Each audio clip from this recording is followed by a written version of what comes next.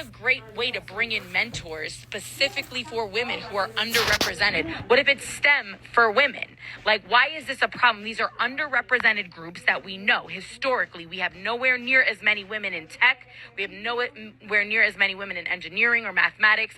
So if you can have an after school club that is focused on them, because oftentimes women feel out of place, young girls feel out of place in a male dominated discipline or academic area of study, whether it's mathematics or science. There's a lot of male professors, teachers, educators that are not welcoming to young women, feel that they don't necessarily belong there. So I'm not mad if there's a school that's got a female robotics team. This guy's saying absolutely not.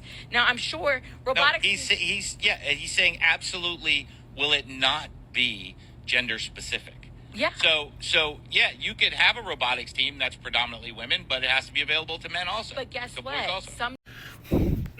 Here's my thing where I don't disagree that, whatever job a woman wants, she should be able to go after it. I always disagree that we have to force, right? It feels like we have to make people do something. We have to make people do something because it's a study. I forgot from where.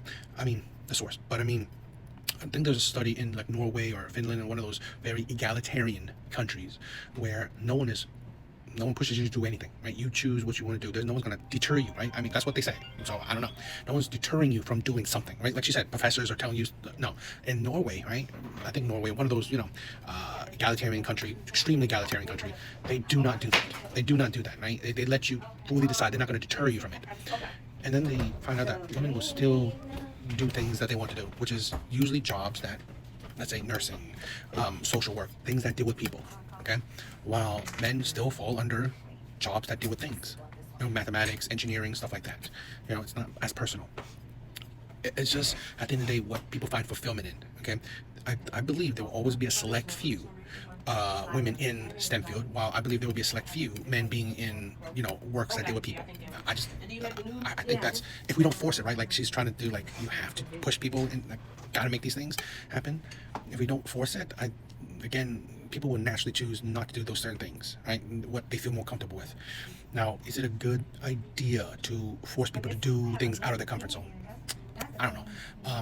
I don't know if we're seeing the results of it yet, but if we're equal, people still do the things that they feel like resonate with them more. So the only choice we have to, if she wants, right, is to force people to push people to do, STEM, push women to do STEM.